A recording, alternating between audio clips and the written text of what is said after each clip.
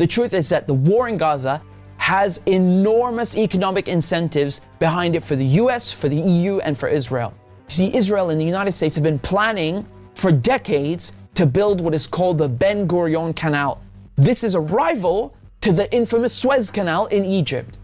This Ben Gurion Canal would begin at the port city of Eilat and finish right next to, if not directly through, Gaza. The Americans hatched this secret plan with the Israelis in 1963 to detonate over 500 nuclear bombs in the Negev desert with the aim of building this Ben Gurion Canal. You know, this goes without saying, the Suez Canal is one of the most important, quintessential geostrategic assets on the planet. It connects the Mediterranean Sea to the Red Sea. It is so important to global trade that in 1956, Israel, Britain, and France literally attacked Egypt because it dared to nationalize the Suez Canal, you know, its own territory. Let that give you an idea how important this is economically. It's situated at the intersection of 3 continents and 2 bodies of water. It cuts shipping times and shipping costs by so much that today, 12% of global trade, 30% of global container traffic pass through the Suez Canal. This is why Israel are absolutely obliterating Gaza. They want no more Palestinians and no more resistance. Egyptian President Sisi was told in the last weeks that if he accepts Israel's plan to take Palestinians from Gaza and put them in the Sinai Desert, that Israel will pay for this and the United States will wipe Egypt's national debt. Look at that. And the third aspect about the River Nile. You see, Ethiopia, which is Egypt's neighbor, built something in 2011 called the Renaissance Dam, which cut water to both Sudan and Egypt. And this is, it's caused a huge argument ever since. Now, Ethiopia has a significant Jewish population. The United States, and specifically Israel, could theoretically lean on Ethiopia, as they have done before, and pressure it not to fill up its reservoirs, which is very good for Egypt, and shall we say would incentivize Egypt to take in people from Gaza. You see, you need to understand this Ben Gurion Canal is the last piece of the puzzle. It will cement the Americans' and Israelis' control over the world's most important shipping lane, giving them total control over maritime trade. So follow me down the map. The Red Sea, which would feed into the Ben Gurion Canal, it already has a huge presence of American and Israeli troops. Did you know, for example, that Israel's largest military base is located in the Red Sea on Dahlak Island in Eritrea? This base was hit by Yemen in the last few days in support of Gaza because Yemen is an integral part of the resistance axis. Yemen is located right next to Eritrea in a crucial area. I mean, we're talking about the Gulf of Aden. We're talking about the Bab el-Mandeb Strait. Thousands, tens of thousands of ships pass this area every year, including a large percentage of the world's petroleum vessels. The US have been trying for decades to control this important shipping lane by putting troops right opposite Yemen, in Djibouti and Somalia, and what is called the Horn of Africa.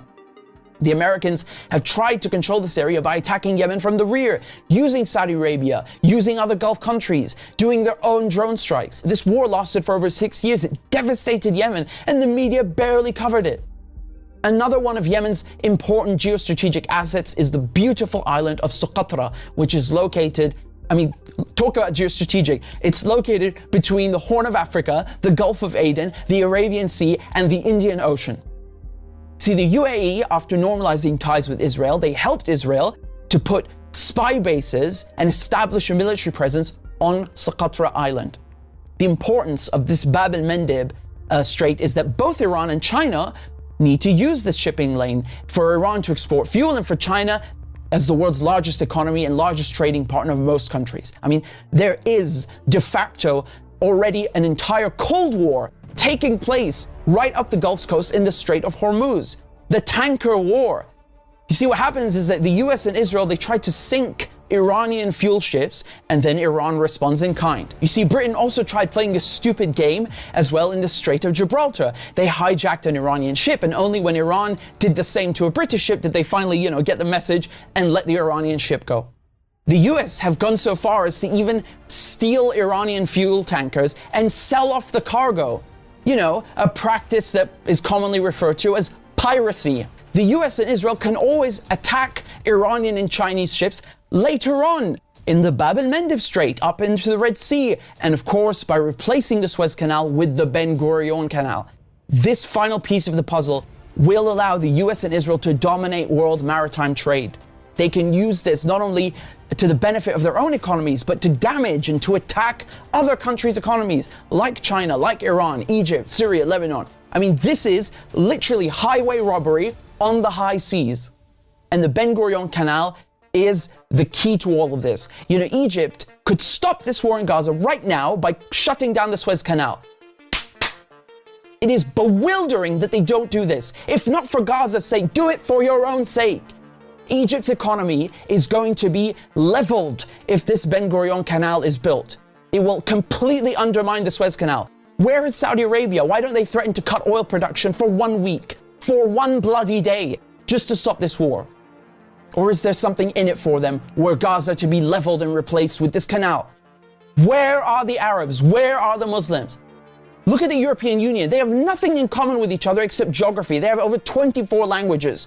Whereas the Arab world, from Morocco to Oman, have a common tongue, common geography, common religion, common history, and common culture. I mean, this automatically makes them a global superpower. Not to mention the natural resources, the geographical landmass, and the population, which are essential factors and criteria of hard power.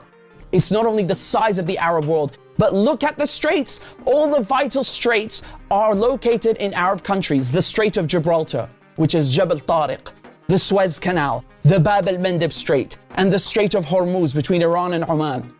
European colonial powers understood this a long time ago, how powerful Arab countries could be, and they planted Israel right smack dab in the middle to sow chaos and try to win over these Arab kingdoms, bring them over to their side and make them normalize ties with Israel. All these borders in the Middle East did not exist until 1916, until the same European powers that back Israel today drew them.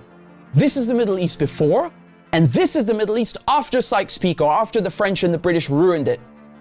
This divide and conquer strategy is all about carving up the Arab world, creating instability, and controlling the resources and the straits. These powers, they always play this sectarian card. You know, they love to pit Sunni against Shia. They did this in Iraq, they did it in Lebanon, and now they try to do it between Arabs and try to pit them against Iran. In Palestine, they tell you, oh, it's about Jews against Muslims. No, it absolutely bloody isn't. The West are afraid of unity between Arabs themselves and between Arabs and Muslim countries. This war has nothing to do with Hamas. That's not what it's about. You know why people are wondering, how is this mass slaughter of civilians happening? Why the ardent support for Israel from the West? Europe stands with Israel. As we stand steadfast with Israel. The United States stands with Israel. Why are they allowing this to happen in broad daylight? They won't even call for a ceasefire. What's controversial about that? The answer is because this is their project too. This is also a European and American imperialist project, and they are complicit.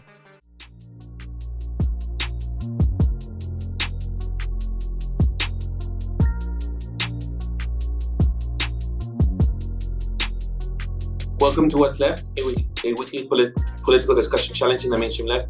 I'm Eduardo with co-host, teacher in sociology Andy Lipson, and socialist Kenny Cepeda. We're online at whatsleft.podcast.com. You can find our link to that site in the episode notes. You can also find our personal social media handles as, for me, on Instagram at Don Eduardo Barca. And please subscribe, rate, review, turn on your notifications where you found this episode, and make sure to hit those ratings for us so we can, not algorithm the way. All right, so today's topic, we'll have a discussion. Andy, why don't you introduce today's topic since you had asked me to do something else? We're going to come back to Israel and Palestine, Gaza, what's been going on. We talked about it a few episodes ago. But the first thing is to say welcome back, Eduardo. Yeah. And if there's any update you can give us all on where you're at, what's up with you. We can say you're not in the United States. I know that. And just anything you can let us know, it would be good. Well, yeah. So quickly, right? I don't want to take up too much of my time. I think I've already covered enough about Colombia. People can find those episodes in the episode notes. We'll have links. We've also discussed different angles on immigration. I think those topics are continuously will be just ongoing here in South America, as well as just the situation with what's happening in the economy.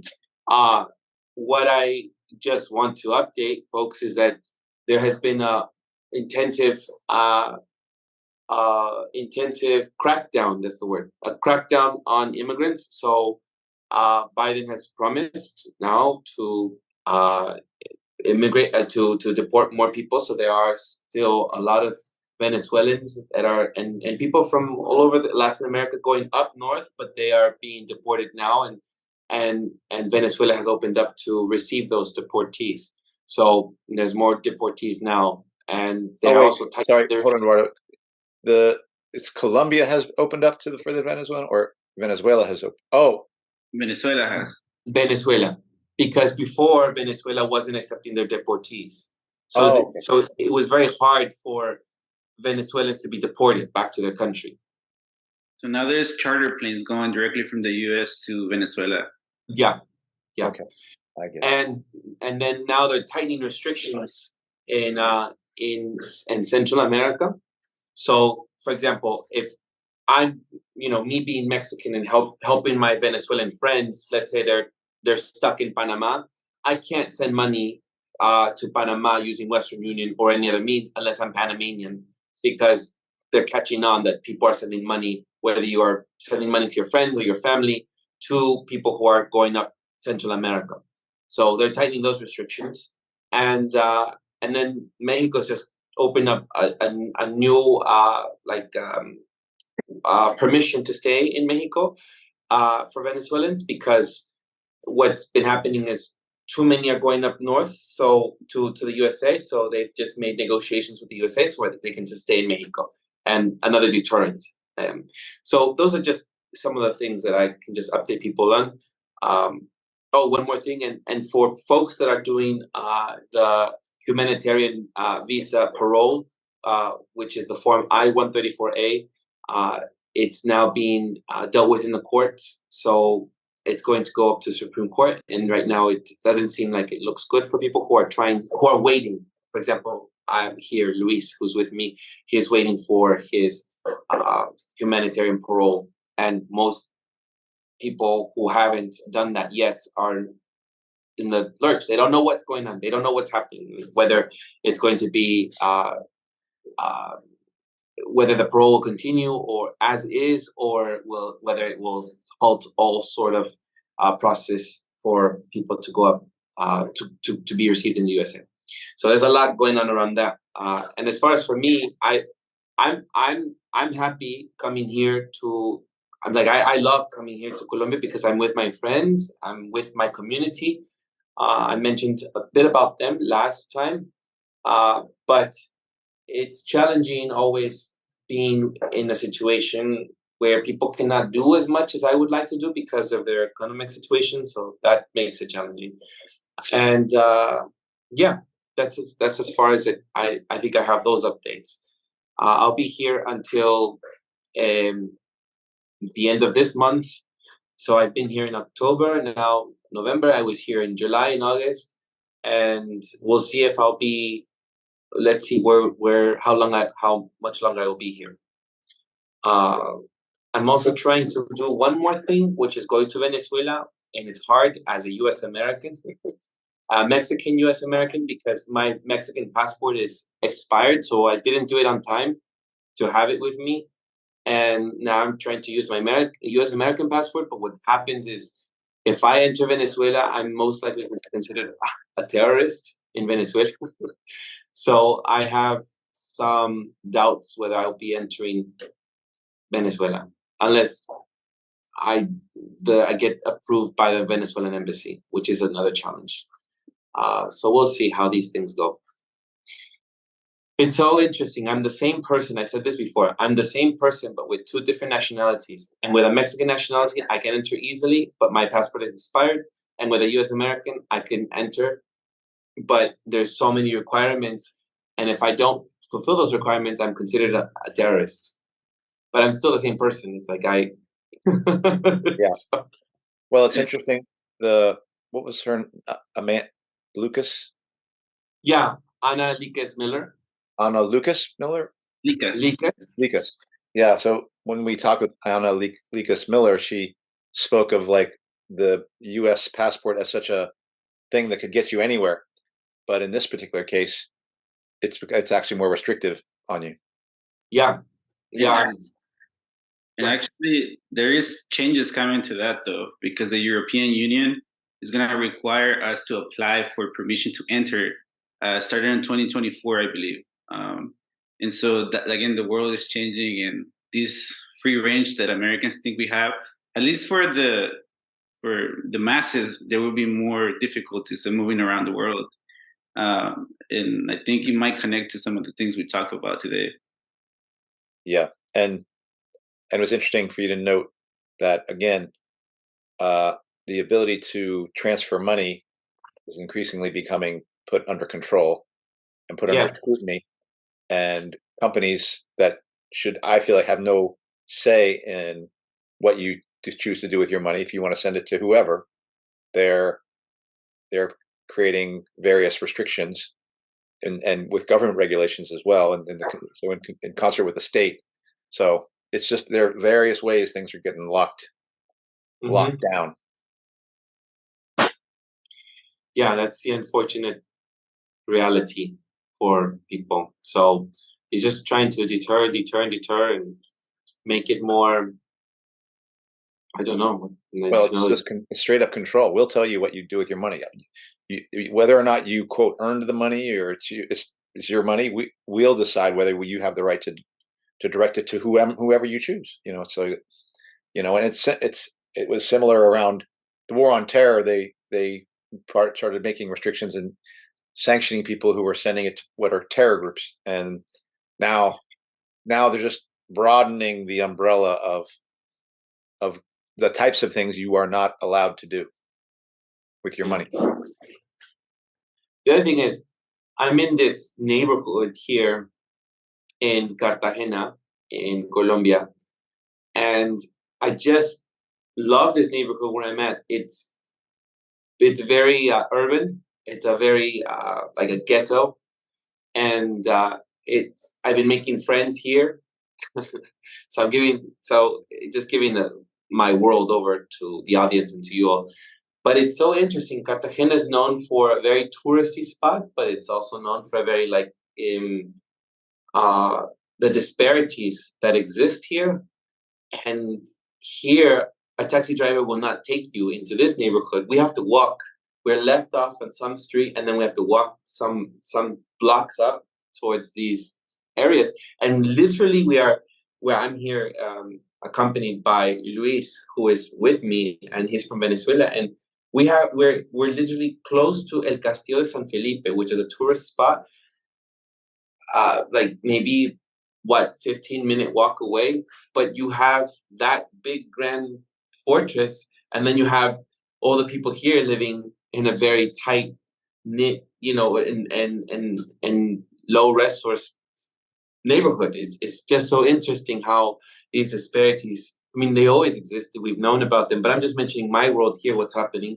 And they have all these festivities happening, and it feels nice to be around people, but it also feels, when you enter the touristy spots, you see the complete contrast from one neighborhood to another, and who has and who does not have the economic means to live in this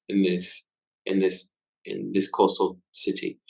So for folks who don't know about Colombia, is just more of the economic situation. It just shows how there's always this constant background of capitalism dividing people because of their classes. So I just thought I'd mention that. I like being here. It is sketchy, but the first day they tried to rob, I was like, no, I'm Mexican. No. Robbed, and was that like with a weapon? Well, not with a weapon, but they did approach our taxi driver, and our taxi driver unfortunately was from this neighborhood, and he spoke to him, not with a weapon, but they surrounded the vehicle. Wow. Wow. No. That's scary. Last question, I guess, is, would you describe this trip you're taking more for like business, if you will, or pleasure? You know, because I know you're involved in, you know, you've involved in immigration stuff and things like that. So, how would you describe Yeah, your trip? yeah. People ask me that all the time.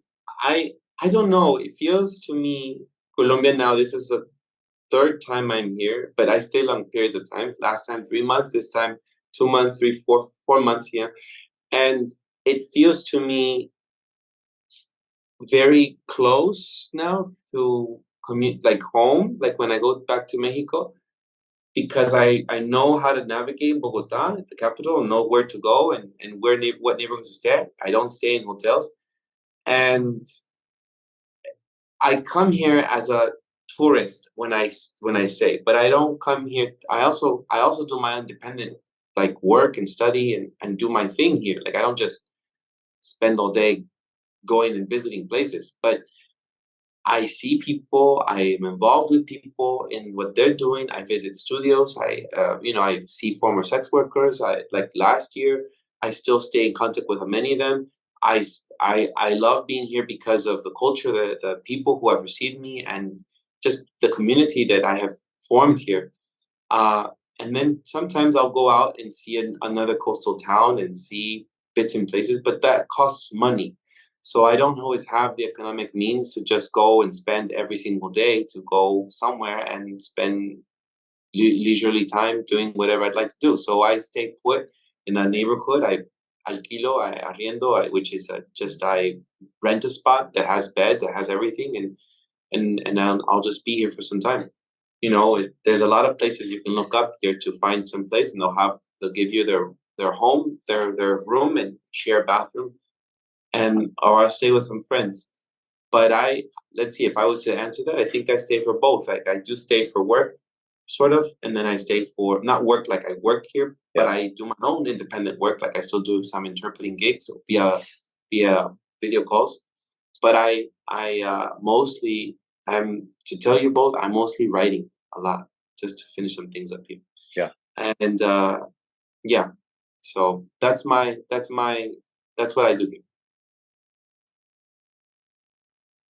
Do Kenny? you have a plan for the transition? Because I'm actually curious as to what you're hearing about Palestine being in that location and what people are also talking Yeah. about, you know, or that situation. Yeah. Well, here people support Palestine. At least the people I've spoken to. I haven't kept up with the news for as far as the government. I should ask, but I know, for example, in Venezuela, it's support of Palestine, and here in Colombia, the people I've spoken to, they support Palestine. For the few folks that do support Israel, it's mostly, I think, because of religious, or somehow they think that it's because of religious support that they have to support Israel. But most people, I've seen people wear, what is it? Kafia, the sweat. Kafia, yeah. Yes. I see a lot of people doing that here. And I love having engaging discussions with them. But they're not, as I think most people are not, as depending on the situation, as involved in like a protest or something. It's more like a solidarity support from afar, but an opinion mostly. But they don't see it like in the USA right now, where I see people actually going on the streets. And I'm not. I'd like to know, what's happening out there, because I've not been there for some time, but since the whole thing, since we've last recorded. Yeah. But here I don't see that happening here as much. Yeah. Well, first of all, it's good to have you back. I suspect it will be a case-by-case basis. Is that correct, Eduardo? Mm-hmm. So What do you mean case by case? You mean no, like you're not necessarily going to be with us every week, kind of thing. I will do my best. Yeah. I will do my utmost best. Yeah. So I have been out of touch, but I don't want to do that in the next coming weeks. So to answer your question, Andy, I hope it's not the case. Well, yeah, we'll be in touch every week, but I want to be here for next week. Yeah. Okay. Yeah. Well, I'm glad to know that you're safe, and glad you're okay. And definitely it's good to have you back. So partly what I'd like to do is to get your thoughts about what's happened since over the last month in Palestine. Not a review, but just your feelings about the events. And they start, right, October 7th, when Hamas did its breakout out of Palestine and on several fronts attacked different Israeli checkpoints and military bases and police stations. And there were so-called civilian targets as well. That's October 7th, which is the same day as Brandy and I getting married, but in 2021. Yes, yeah.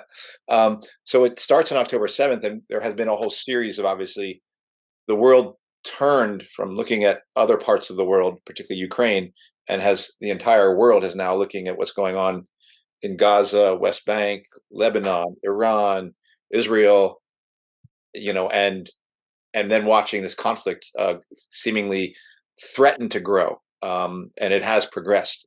So I'm just wondering, Eduardo, if you could just share some impressions about things that you can share with us and the What's Left audience. Right.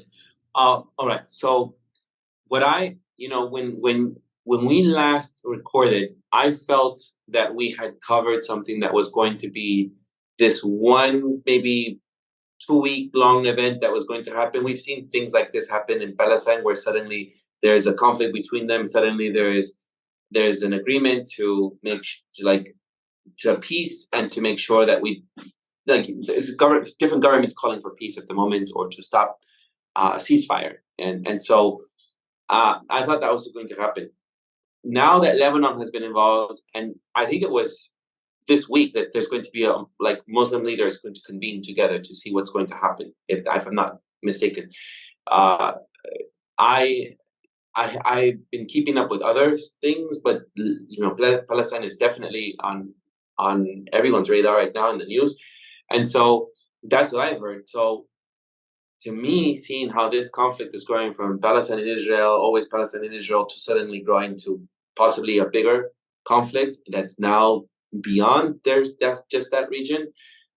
And I had said to you, Andy, that given someone that I know personally that is works on a military base and is now deciding not to retire in say Japan, and they're in the military base in Japan, and deciding now to move back to the USA, somewhere safer, because there are notifications and alerts about a possible more war happening, more than just Ukraine. This is making me nervous since we've last spoken, because it feels to me that you have the China and US relationship, you have, the relationship that Russia has with North Korea and with China, and you have the BRICS happening down south, in South Africa, with all the other states meeting without the USA, and without even some of the European strong countries. It feels to me, I'm getting anxious to see the possible outcome of a World War III. I don't like to think it will happen, because I think I would like to think that we've learned our lessons, what could happen, catastrophic consequences. We're already too damaged, globally, to have another thing like that happen. And with the technology and the science that we've developed, we could do further damage to ourselves, our bodies, to the environment. And, beyond climate change, for those who believe that CO2 gases are going to kill us, it's really the bioweapons that are going to be produced out of this, and that could be targeted into major cities, and as well as, how much warfare that's going to happen underwater with tanks. And I see what's happening in the Ukraine, and they're just desolate, areas with so many missiles, not even nuclear bombs, missiles, that have destroyed lots of areas of Ukraine. And I think the future's bleak in that sense, and I don't like to sound always this way. You're the one who's always talking about war, Andy, and so is Kenny. You know, I'm always talking about needing to save the river so that we have some, you know, but this is like, it does give me, you know, all jokes aside, it does give me anxiety to think about this, especially after I received a call from one of my closest people who has folks in the military base in Japan and decided to come home and who work very closely with the government. And I'm, you know, I can't say further than anything more than that. And with this looming over us, I don't know how people can say no to immigration because we're bombing people's countries, you know. And there's going to be a lot of more Middle Eastern people, Arab nations that are going to have to move out of those areas, just like we did with Syria, just like we did with Afghanistan and Iraq. People had to move it. People don't want to accept them into European countries, but those European countries were the ones that were bombing those nations, you know. So what I found the turning point for this was when Lebanon decided to intervene and be a part of this conflict. Mostly, it's always Israel, you know, squashing and taking down the resistance of Palestine. But you have another nation involved, and I don't see the USA. I don't see Biden at all. I was looking at something today. I don't see Biden at all deciding to take one side. He's not, take a neutral stance for just. He's clearly for Israel, you know, and you know, so much for, as we've said in the last episode, so much for people accepting that Ukraine was just supported for its independence, and if that was so, then the USA would supposedly, I would think, support Palestine for its independence. If you're going to say the same rhetoric, we're just supporting independence around the world, Taiwan, Ukraine. Well, I don't think so. It looks like with Palestine, right?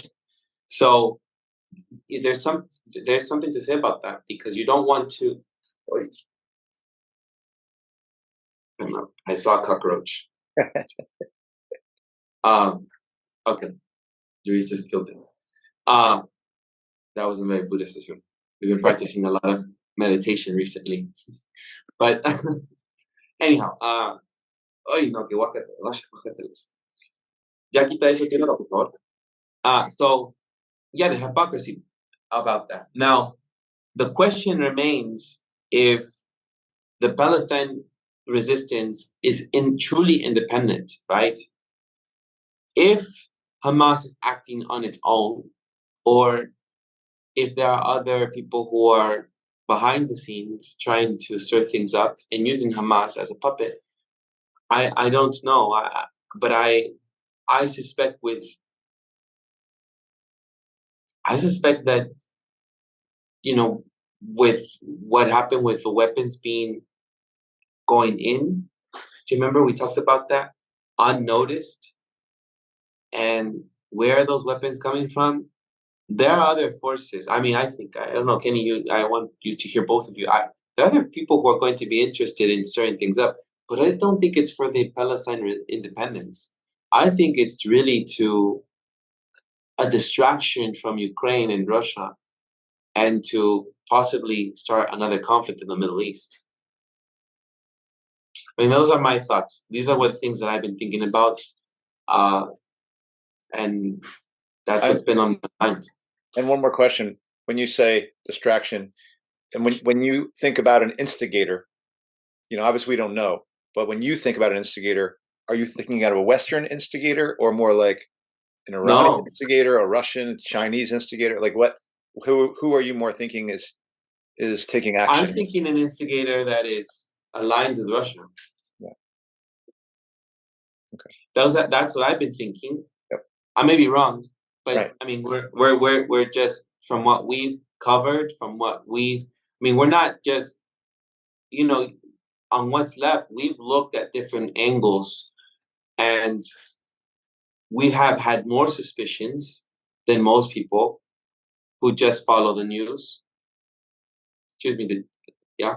And I think sometimes what happens is we give an alternative view, right? Like we have been, what do you call it? We had a discussion. we have been more skeptical of like what is being given and delivered to us.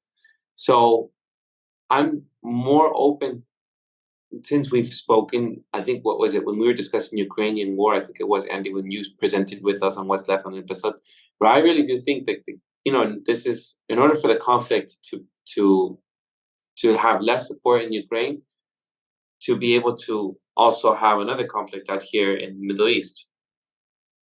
Yeah. That's my thought. But I'd like to hear from both of you too, because I those are the thoughts I'm having now, unless you have another question. No, I probably want to bring it over to Kenny, because this episode came about when Kenny and I were just talking, like, well, okay, what are we going to talk about? There's a lot of ways to go, actually, in some ways. And Kenny had said he was wanting to revisit what's been going on in Palestine and Gaza. Yeah. But maybe I'll just direct it over to Kenny to see what you would say about, since October 7th, since that last episode we've had on What's Left. What are your thoughts? What are your questions? And then let's take it from there. Yeah. So, I think obviously there's more time, more information. I've heard different people talk about, what's happening, right? Like, it ranges from, the obvious moral arguments, right, about what's happening, the genocide that's happening down there, civilians, this reaction of Israel, to what Scott Ritter is a person that I've been listening to a lot. And, he goes to different shows. And I like him, the way he talks, because he talks about the tactical, possibilities. And, he himself acknowledges that we can't know everything. We are shooting in the dark. We are conspirational theories, right, in a way. And we, this show, don't consider that a bad thing. We have to see what's going on right behind. And so I bring him up because, in the last time the three of us talked about it, I brought up this question, what does Hamas get out of it, right? Like, because yes, of course they are, there is no way, you just asked that question, Eduardo, like the weapons, the training, there's no way they did this by themselves. No way. They had support from someone else, right? They had to get training. This operation, according to Scott Ritter, it's one of the most advanced military operations executed in modern times. Like, he says that the level of planning, and he talks about his involvement in planning in like the Gulf War and in other conflicts. Like, he's been in the military, and that was his job, to come up with scenarios of planning invasions, holding territory, tactical maneuvering, logistics, all this stuff. And so he says that, this Hamas, there is no way Hamas did this act without thinking ahead, right? Because I think on one end, the argument goes that, what do you expect from these people who are so oppressed, right? And so it gets dismissed as lashing out, I think, without much thought of the preceding events, or the events that come after.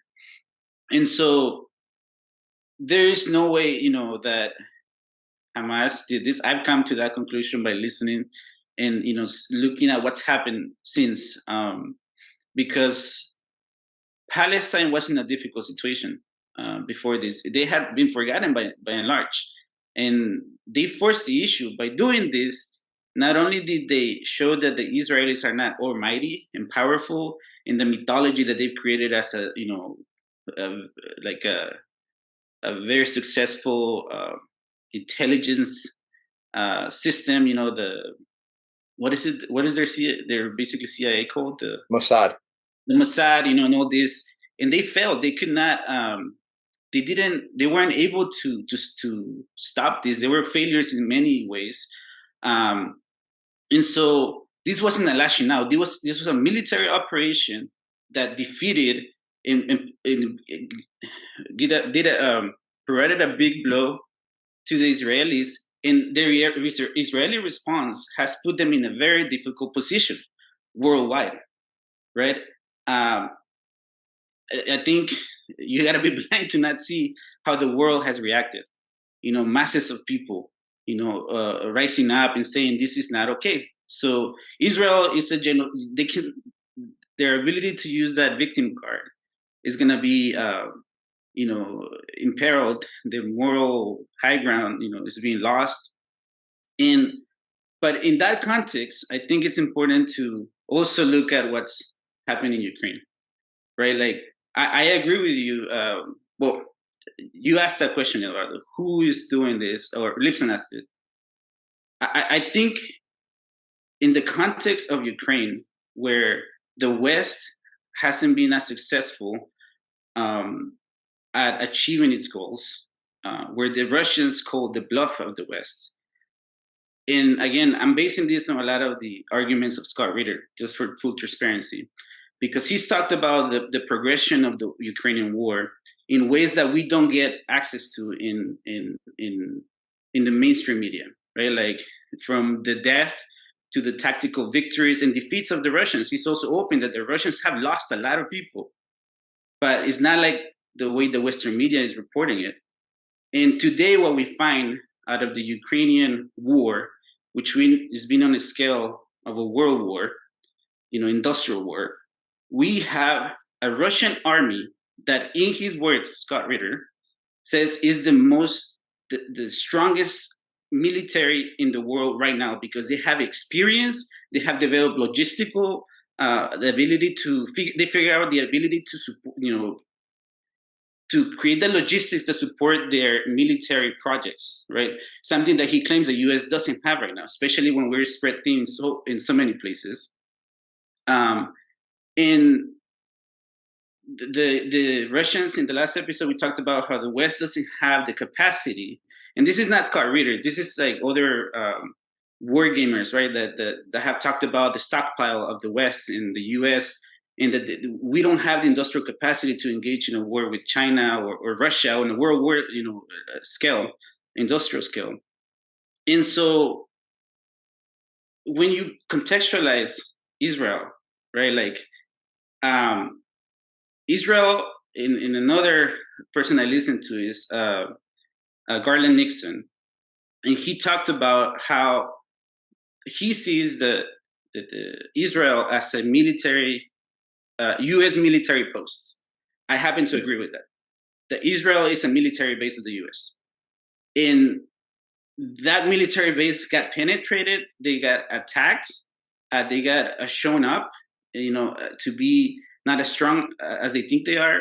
And also, they're being brought into a battle that is difficult. Again, I listened to Scott Ritter talk about Iwo Jima, talk about Vietnam, talk about Fallujah. So these are trench warfare, not trench, tunnel warfare. So that's underground. There's also urban warfare. And so this is a combination of all that. So for Israel to come into Gaza and actually control that region, there, according to Scott Ritter, this is impossible because they don't have the training, they don't have the preparation, they don't, this is some of the most disgusting, excruciating, and difficult type of warfare that exists that's in history. We know what happened in Vietnam, for example. How the Vietnamese were able to defeat the USA with the miles and miles of tunnels, just popping up and shooting them up and taking them down. And so again, I do believe Hamas is not completely alone, but I also don't think they lack independence. They have a reason for fighting. They have a reason for pressing the issue when the world has forgotten, about the Palestinian issue, even other Muslim countries, because that is also another thing that we have to analyze, that we also think that the Muslim countries are all the same. They're all in the same issue for the same reasons. They're not. We've talked about how the world works in our view, right, Lipson? Like that all of these governments, they're mobsters. They each have their ruling classes, and they each have their interests, and their pieces are moving and allegiances change. But right now what's happened is that the US is weak and the West is weak. And they've been shown that they're no longer the big boy in the yard. There was a significant defeat in Ukraine. And now the Israeli situation too shows that they're not almighty and impenetrable. And on top of that, they don't have the ability to wage war against everyone. And so some of the things that are brought up is that in the region, there's a lot of U.S. military bases that people don't want to have them there because it threatens the sovereignty and the ability to exist of other countries. It's not just Israel, right? Iran has a lot of fucking military bases against them. The Houthis, right, in Yemen, they declare war, even if it's symbolic, but they have a beef, right? We have Hezbollah, and the Algerian army too, I think also declared symbolic support for the Palestinian issue, that they would provide arms, and so on and on and on. And I guess the point is that when you put these two issues together, it shows that the world has changed. The unipolar world is no longer here, in my view, that there are other people that want to play and they're willing to play because the big bully, doesn't have the boots on the ground, because that's something else that I've been hearing about, that when it comes to actually exerting power, yes, you can destroy shit, you can bomb the shit out of it, but it doesn't mean you're gonna control territory. It doesn't mean you're gonna control, a region. All you can do is destroy. And in order to actually threatening someone, invading someone like Iran, you have to have the ability, the numbers of people willing to die for that fucking cause. And the U.S. doesn't have that. And again, like, their bluff, I think, is being shown. I do think now that militarily and politically, the U.S. is actually not first. And other people are seeing that. And I'm not saying that to celebrate, necessarily, in the sense of like, that means good things for everyone. And in fact, that means the opposite. That means more danger, right? Like, there were two carriers off the coast of Israel. Now there is also a nuclear submarine. Because they have to show force, right? And that's the only ability. Because again, the U.S. hasn't really engaged in any major war with a major power, in a way that demands a high level of logistical planning and industrial production, right? Because Iraq, Afghanistan, come on, like since World War II, basically. World War II, yes, you're right. Yeah. Vietnam, like, these are people with significantly less resources, in terms of industrial capacity and technological, weapons and all this stuff that you mentioned, Eduardo. The Taliban too, right? We mentioned before that also shows that in a technologically inferior resistant group can defeat. It will cost a long time, and I think this is what Hamas understands, that it will cost lives. It will cost. It will take a long time, but you can defeat. A superior army that and again, like, you ask who might be behind this. I think that the ability of the Russians to demonstrate, the capacity to fight modern warfare, it does embolden other people, because they are the ones who know how to win the way war is going to be fought. And again, this is hard to see for us because, for most people, because even I look for things on the internet. It's so hard to find shit that's not propaganda. It's hard to find shit that doesn't say that the Russians are being humiliated, that the Russians don't have this, that the Russians are fighting with shovels, that the Russians are this. And then now, there is rumors, right, that Zelensky is being pressured to negotiate with the Russians for an end to that solution, to that issue. The world is moving on from Ukraine, and we're in Palestine, and I don't think, and I think this was forced by Hamas. I do believe that now, that because yes, of course, war is dirty. War, they did kill civilians. I don't think they kill as many. There's also reports, you hinted at them, Lipson, where not everyone was killed by the Hamas soldiers, that there was actually IDF or Israeli forces that killed people in crossfire. So they killed their own people. But obviously the propaganda machine works, in a way that we know how it works. I mean, we know, but it's insane because I have to go through people like Scott Ritter who make arguments in predictions, and actually his predictions often come out true.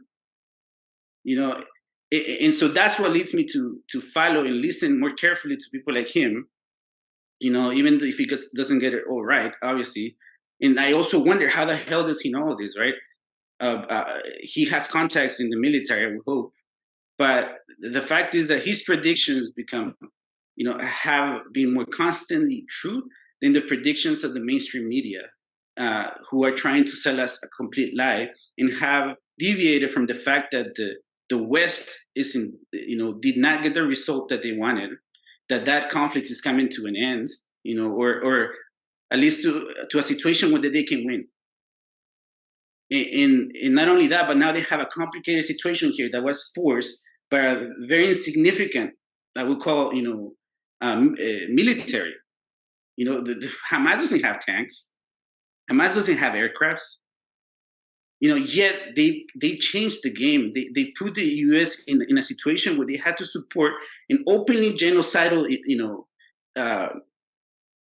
government, right, in the eyes of the world. And so, sorry for going and going, but these are where the questions come up for me, right? Like, are we witnessing the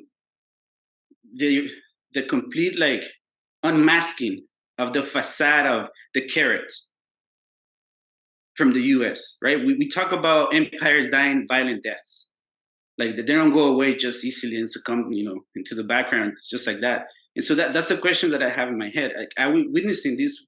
Because I also see the COVID shit, in this mix of shit, because that's some fascist shit that we experience. Yeah. And now we have some shit where we're just bombing civilians and we don't give a fuck. And and the U.S. is gonna continue to support them and continue to send money when the rest of the world is telling them no. So that's where some of my thoughts.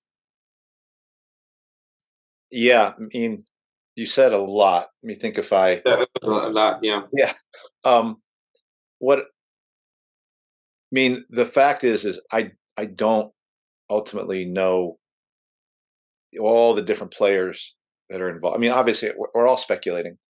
A few things I know. What it's estimated, 10,000 Palestinians have been killed. Right. That's the number I've heard. And I'm going to go back and forth between Palestine and Ukraine. And the forces, Israel has kind of begun to go in to Gaza. And it's trying to cut off northern Gaza from southern Gaza, and it's just on the periphery of. Hasn't entered the big cities. It's attempted to flatten some of the buildings with either airstrikes or artillery, and in some cases shells, from tanks and things like that are adjacent to those areas. And we've heard about massive casualties. And they, that one report of there's the report of the hospital that supposedly Hamas took down, but it looks very much like Israel took down. And then the recent one where a refugee campsite was flattened to kill one Hamas leader, but so many civilian deaths. I mean, and I think that's the thing you're speaking to, where the mask, the veneer of Western democracy, like that was what is Israel put up as? It is put up as the democracy in the Middle East, in this sea of backwardness, right? And I think, and then we've often used this term fascism as some sort of as a cancer of democracy. But I believe there isn't a difference between democracy under capitalism and fascism. It's just about the level of the crisis that the countries or society finds itself into which that mask, which is it's always been essentially fascism, But really what it's actually always been is capitalism. And I think people are thinking like, that's why I'm increasingly having this difficulty with like, even making a distinction. But we see the bullshit where it's Trump's a fascist. Oh no, Biden's a fascist. As if you're trying to like throw somebody to be like to the other side. I'm like, dude, they're all monsters. They're all these people. They're all deeply racist and deeply power hungry, and they will kill small people for any reason. They'll all do it, and they have done it. And it would be done by the United States. It would be done by China. It would be done by Russia. It would be done by Israel. It would be done by Algeria. It would be done in Colombia. All ruling classes are capable of that because they are capitalist ruling classes. So I don't even talk about. I mean, for me, I don't really talk about fascism anymore. To me, it just looks like capitalism in action, and we are seeing its true nature as it gets into deeper and deeper crisis. And that's partly what I think is happening.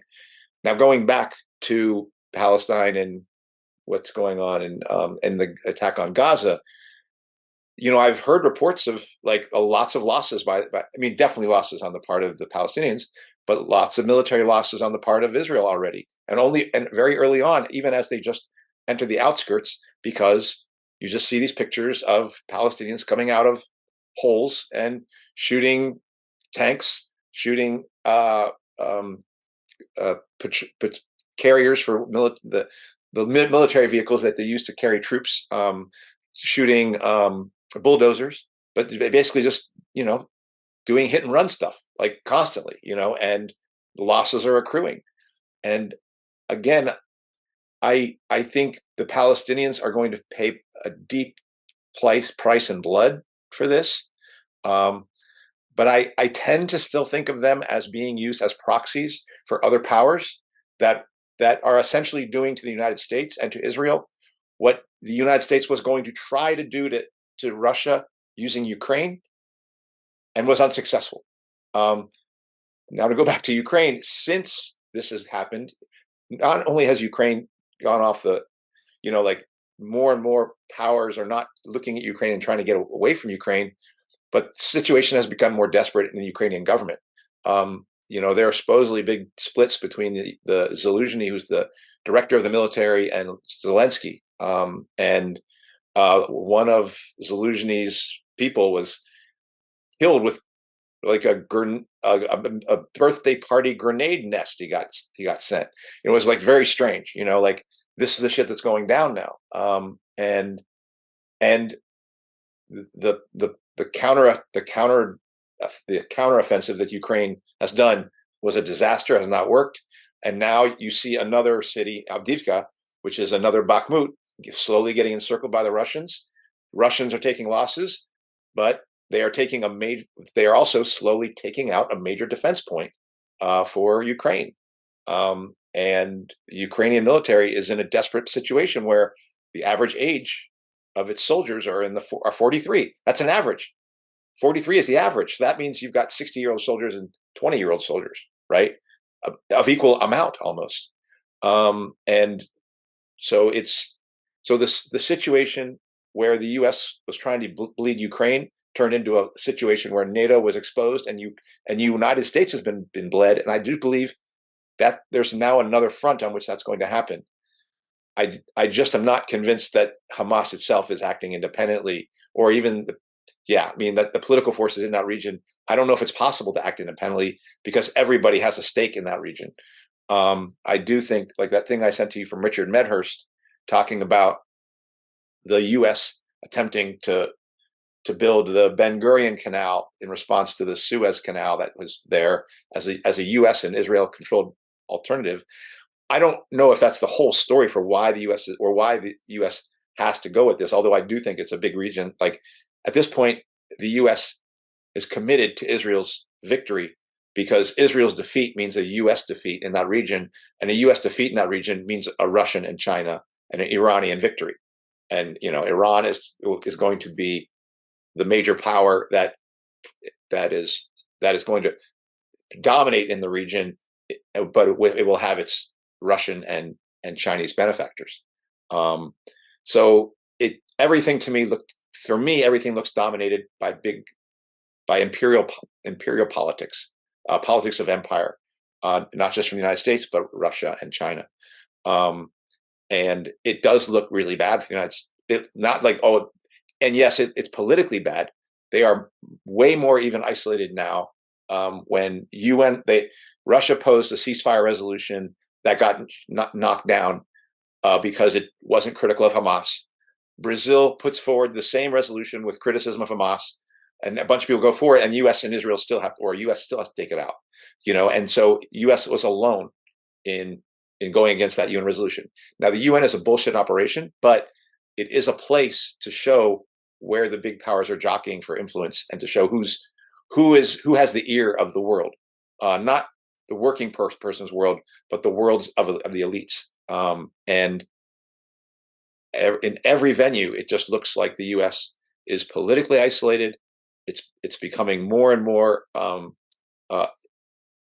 more and more. It's having to serve more and more places, like if it's material, because it is not materially able to keep up with the debility of the economic production of China and Russia.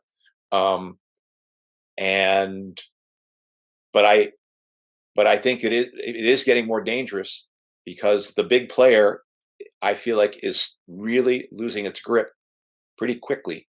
And for them to put out the Ohio class submarine in the region is them saying it's obvious that we're prepared to go there with nuclear weapons.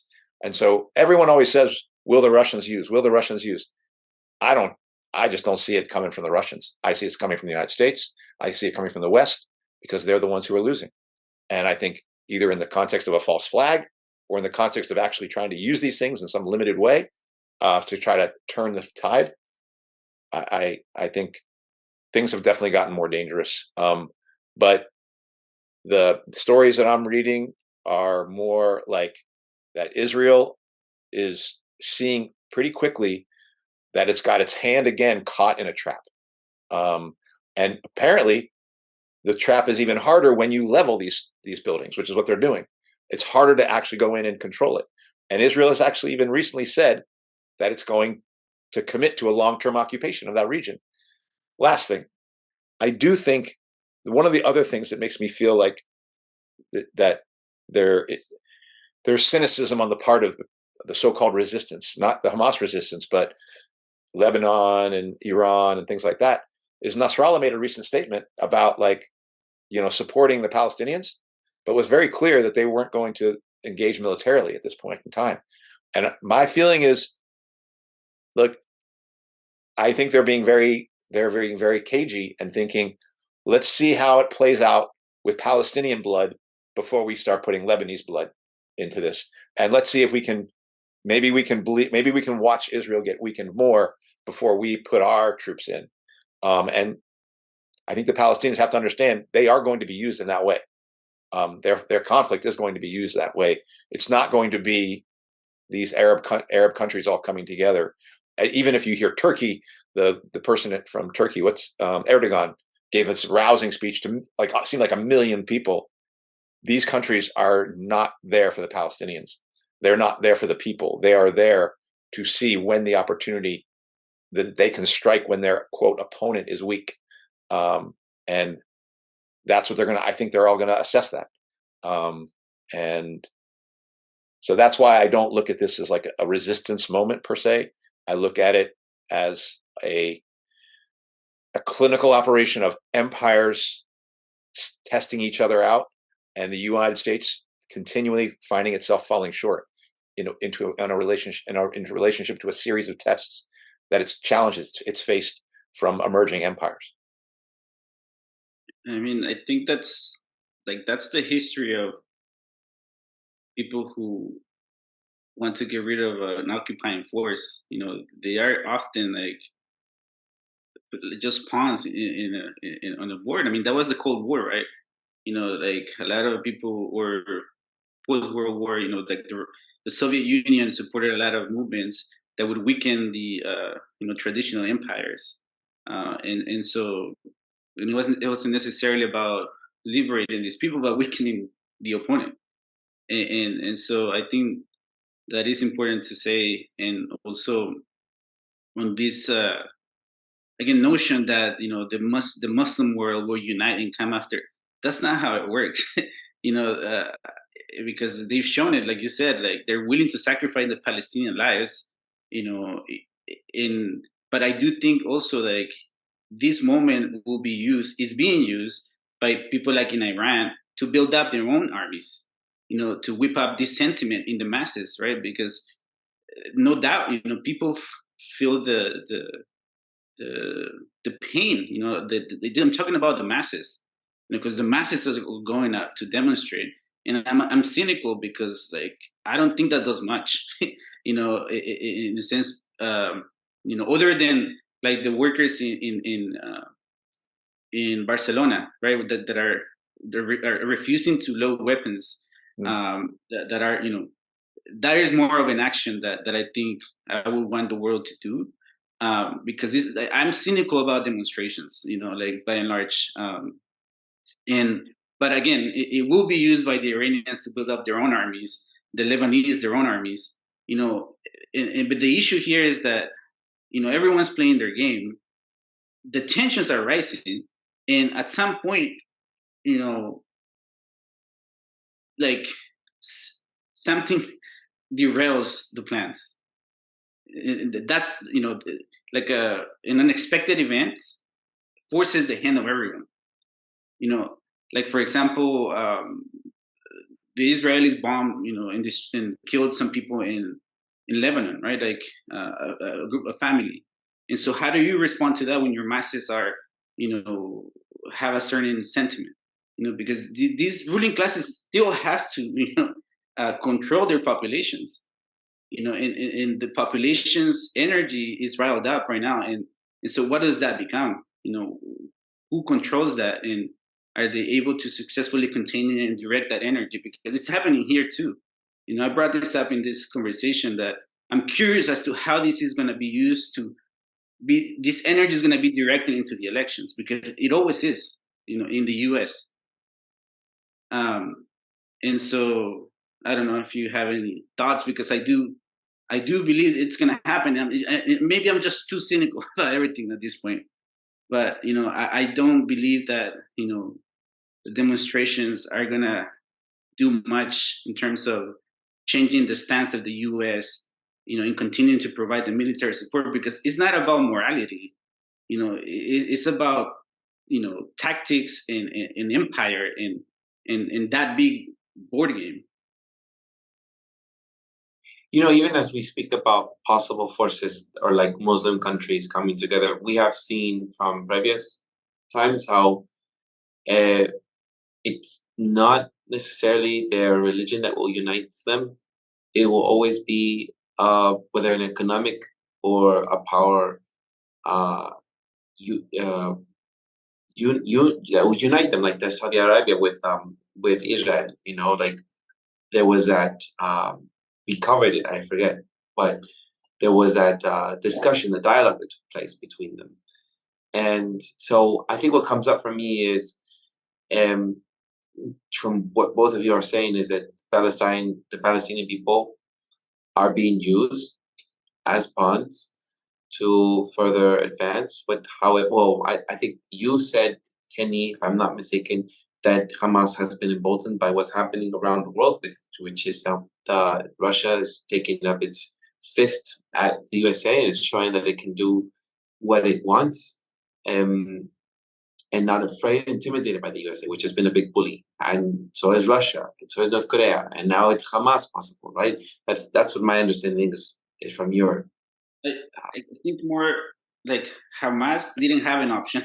They had to do something like this at some point.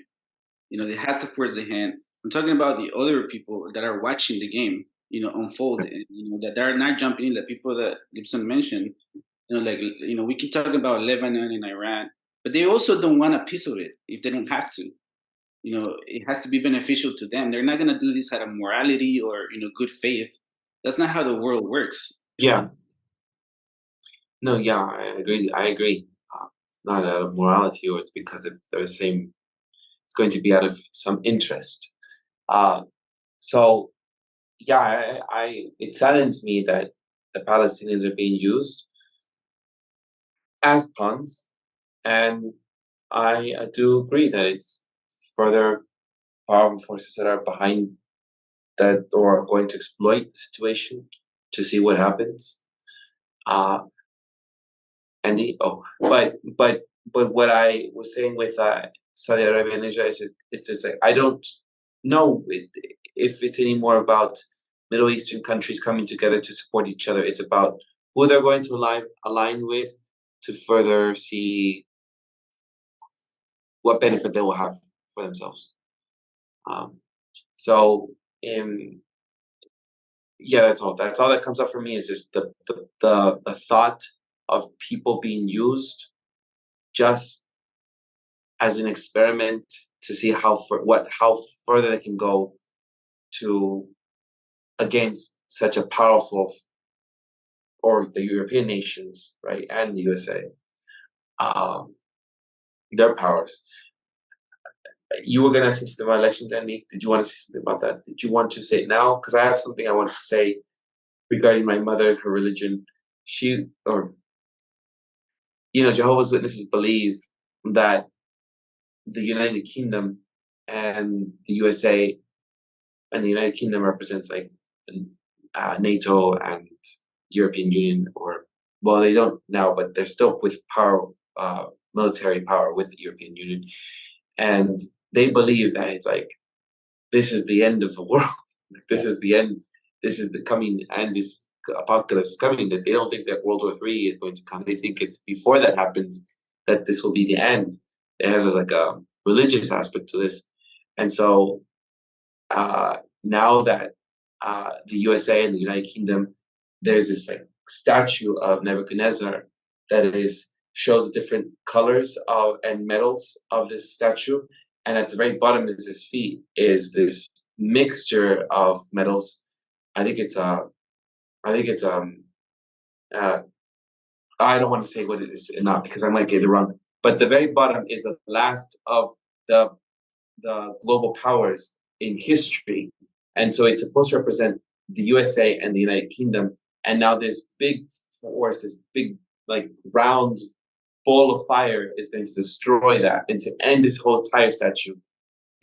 This is what the prediction is. So the king of the north has arisen, which is this, could be Russia, could be China, and now the USA and the United Kingdom are being thrown off their throne, so to speak.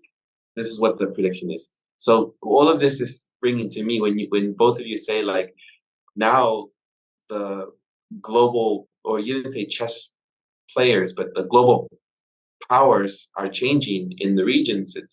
It just, to me, reminds me of my mother's Jehovah's Witness background, her religious belief that, yeah, the USA and the United Kingdom are now going to be thrown off the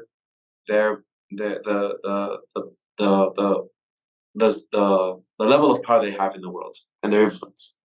Anyhow, I just thought I'd mention that a little bit. Yeah, and to add, I mean, this is a discussion I had briefly with my brother, who can speak on it more with more knowledge. But I was wondering why evangelical Christians, well, not to a person, but in general, there's been a tendency among evangelicals to support Israel in this conflict, and he basically was saying, well, wrongly, it's a wrong interpretation, but an interpretation of Revelations basically says Israel must exist for Revelations, to the prophecy out of Revelations, where I guess the Antichrist comes and then Christ comes to defeat the Antichrist and all that. So Israel must exist to do that. And so people kind of are still saying Israel has to be supported because we can't have anything that's going to wipe it off the map, because then these revelations won't be fulfilled. And so that was just another religious angle that has been interesting to see where some of Israel's support comes from. The thing I was going to say is I don't want people to confuse me thinking that I struggle to see any independence here with not supporting the resistance of the Palestinians. I 100% support, and I'm with the people who are popping out of things to destroy those tanks and things like that. They're defending not just their own territory, but they have a notion of reclaiming territory that was stolen from them 50 or now 70 years ago. And I do think those people have the right to reclaim their land. And how that gets resolved, well, I don't think that gets resolved short of, again, socialist revolution globally. But I think that, there's just a lot of crimes that are going to, imperial crimes that are going to have to be made right as a result of what the U.S. Empire and the British Empire has done in that whole region. And one of the things it did was it established Israel as an apartheid state, and as a colonial settler state to militarily support the control of the region and to help them keep Arab powers divided. So that's just been part of the project. And so there's going to be a price to pay for that. And it will be a price in blood. And unfortunately, there's going to be mostly the blood of the people who are resisting. But there will be a price for all of us ultimately to pay in order to make that right. And I don't know what really making all these things right. We talked about indigenous struggles here, and we have our own indigenous population in the United States who were done wrong, and questions came up in a previous episode of, well, what does it look like to be done right? And I'm like, I don't know, but there are going to have to be a lot of reversal of things. And I would welcome that in order to have a world that is truly liberated. But again, I don't know what that would actually look like. In terms of the elections, first of all, I guess you could say Cornel West still kind of sounds like a person who is supporting the Palestinian resistance, kind of. But Cornel West basically took himself off he left the Green Party and now took himself off the ballot, off all these different places. And then the guy who was in his campaign left because he was a Democrat. He was a previous, he used to help Clinton run their campaign. And so he essentially torpedoed Cornel West's campaign, and now he's got some new people there. So that campaign, to me, is a joke. And I don't think it's meaningful to pay attention to.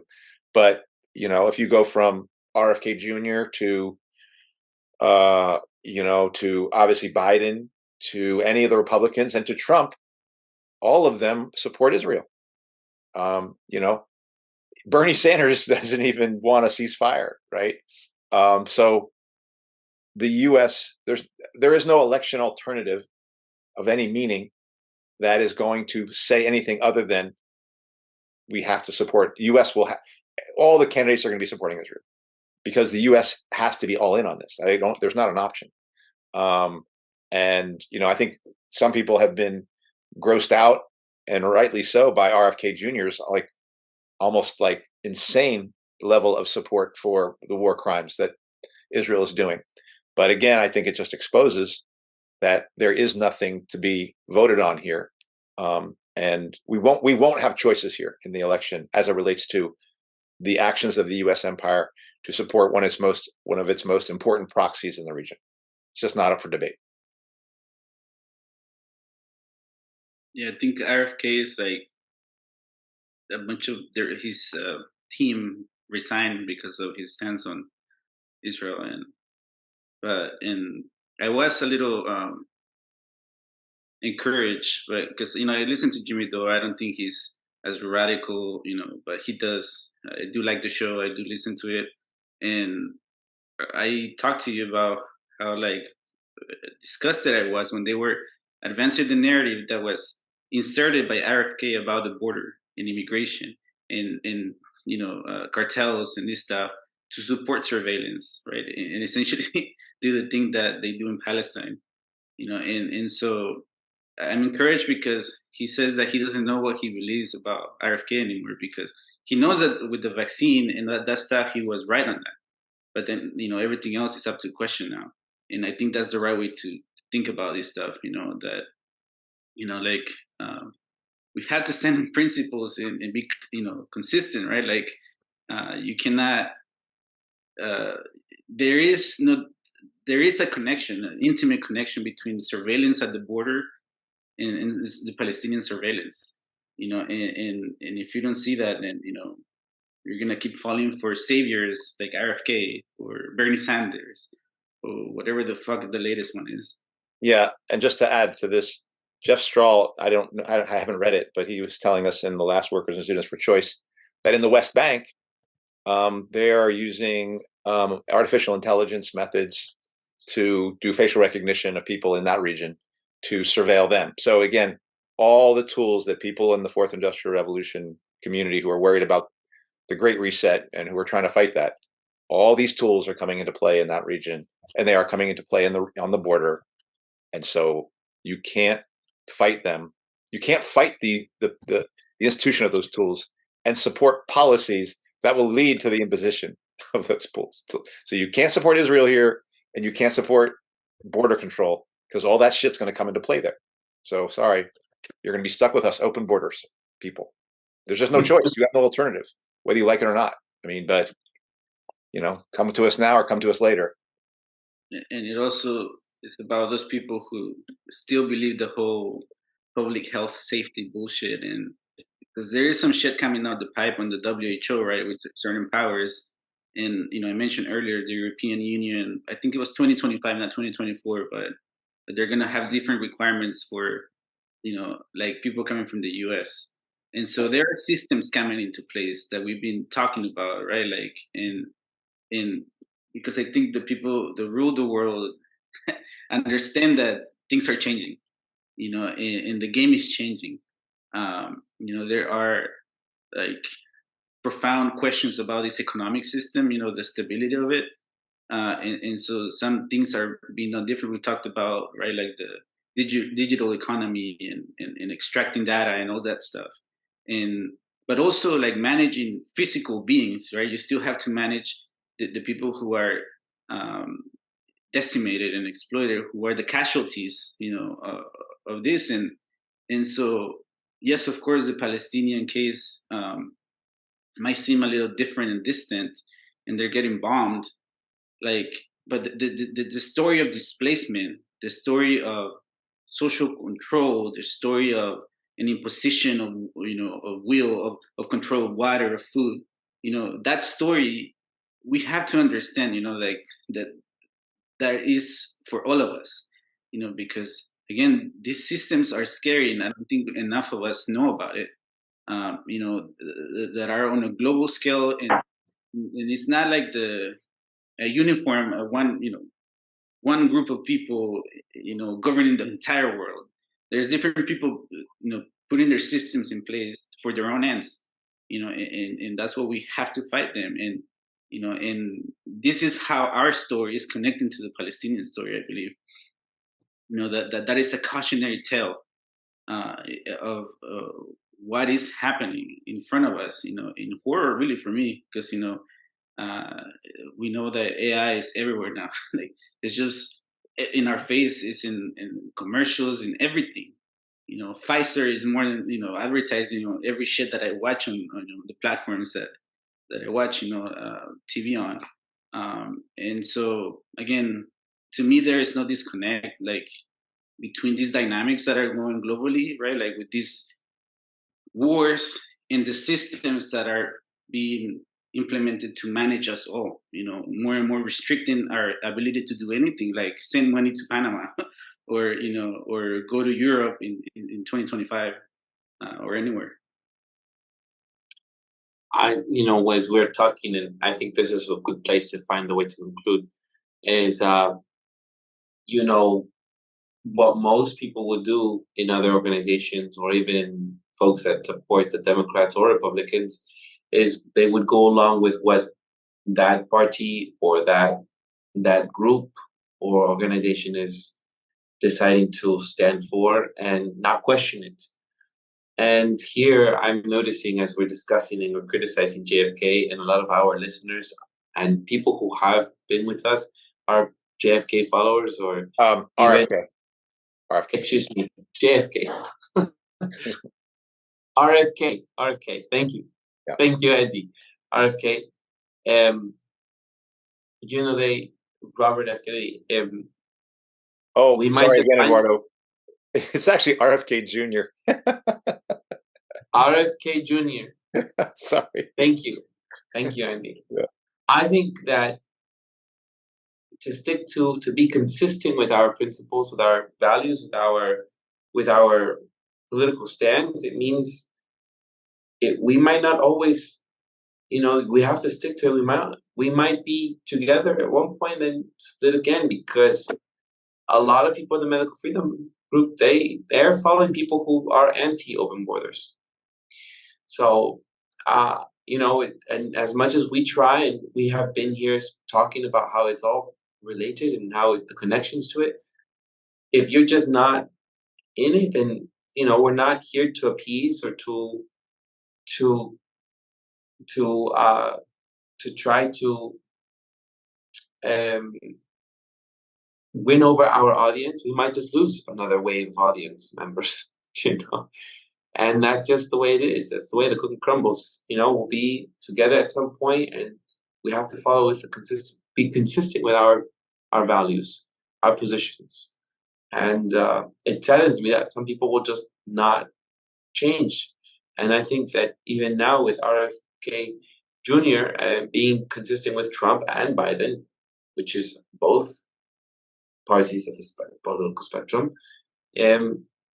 I think that that's something for people to think about. Do you want to be like this is what the majority, or this is the mainstream, this is conventional, right or left, So anyhow, I'm just pointing that out because I know we have mentioned this before, where people will be split with us, and that's fine. And talk about unmasking, right? Like maybe that's another episode, but I feel like there is an unraveling too of the American quote unquote democracy, that's happening. This there this whole like persecution of Trump, right? I don't care for elections. They're all the same. I'm working for the same machinery. There is still factions in the ruling class. They're not a uniform thing. Many months ago, I think we talked about the difference in between like the Democrats and Republicans, and who they wanted to tackle first, China or Russia. So there are some factions, but again, the facade of democracy in this country, at least for me, is being also unveiled. By and large, if you believe the polls, which can be manipulated, I think it's hard to deny the popularity of Trump. And they're doing everything that banana republics, right, the others, do to their political challengers, or political opponents. This guy is being persecuted and eroding that facade that we live in a democracy. Even after, we also had I don't know if I can mention the elections, right? It's we know what's happened, right? Like that, there's evidence of things being manipulated, and so my point is that even that doesn't have a facade, and I feel like there's like the monsters that really live behind the mask are coming out everywhere, and I don't know, like it's scary, but it's also I think a sign of a change, and something decaying, and yeah. Yeah, one other point that I would make, kind of from what Eduardo was saying, is I think all these sorts of things expose to what level people really are rooted in a principle or not. There have been a number of people who were maybe there, and these are more conservative folks who were very critical of cancel culture and things like that, and like people getting, losing their jobs for positions. And now those same people are coming out and saying, if you supported Hamas, if you supported, this, you have no right to have a job. You have no right, like all sorts of, essentially using those very same techniques to try to like censor people and say you don't have the right to a particular position, that it's beyond the pale, which it isn't. It is not beyond the pale to support Hamas. And certainly not to support Palestinian resistance, which Hamas is an aspect of that. Even if for those people who would say and are right to note that it originates from an opposition to secular opposition to Israel and to even some of the Arab nations where there was secular opposition, so that Israel and the United States would help support groups like Hamas as a Muslim counterweight to those secular resistance movements. So I just think that, those folks, they're not being principled, and that doesn't for me mean like, and I agree with you, Eduardo, if we have to break, I would just say that break would happen in the context of an actual movement, and I don't think there's any movement here in the United States. And so right now, it's a lot of agreeing to disagree. It's a lot of like, okay, that's how you see it. I see it a different way.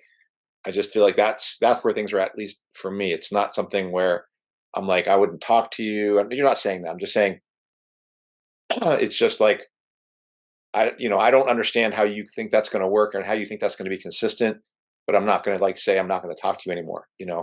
I think it could only get to that point if there was a movement that we had to take sides on here in this country. And I'm speaking in the United States because you're not in the United States. So that's my thoughts about that. Yeah.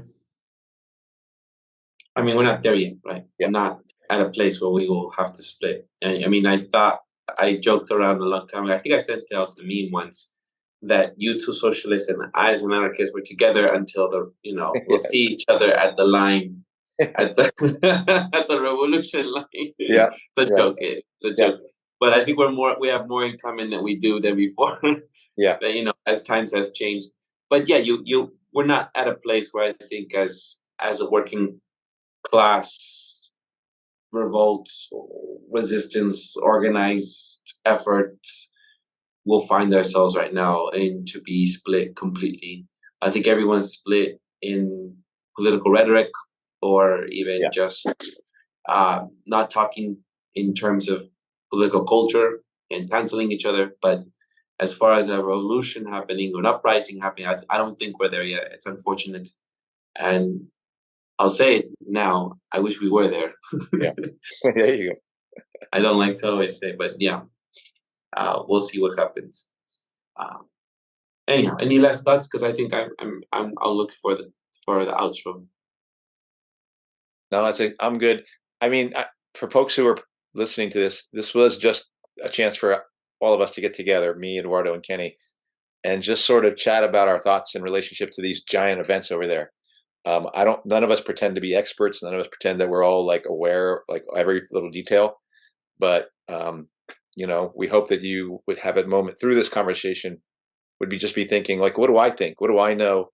We're not trying to push. I'm certainly not trying to push a particular point of view on this one.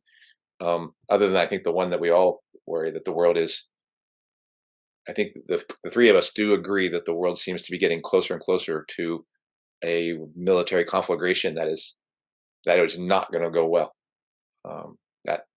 But what power is doing what? I don't think we know. We're just trying to make sense as best we can. Yeah, that's well said, Andy. Kenny, also appreciate you sharing with us your perspective on why you wanted to do this as well. It seems like this whole conversation was inspired mostly by Kenny, and I appreciate that, Kenny, for giving us the opportunity to give an update since we've last had the episode on Palestine. Yeah. I mean, again, just like you, I thought this was going to be over very soon.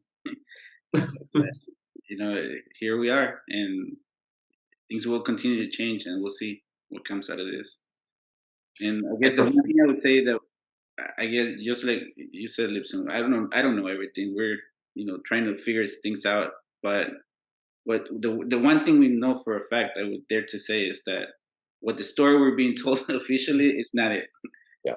They lied to us about Russiagate. They lied to us about COVID. They lied to us about Ukraine. They're lying to us about Israel.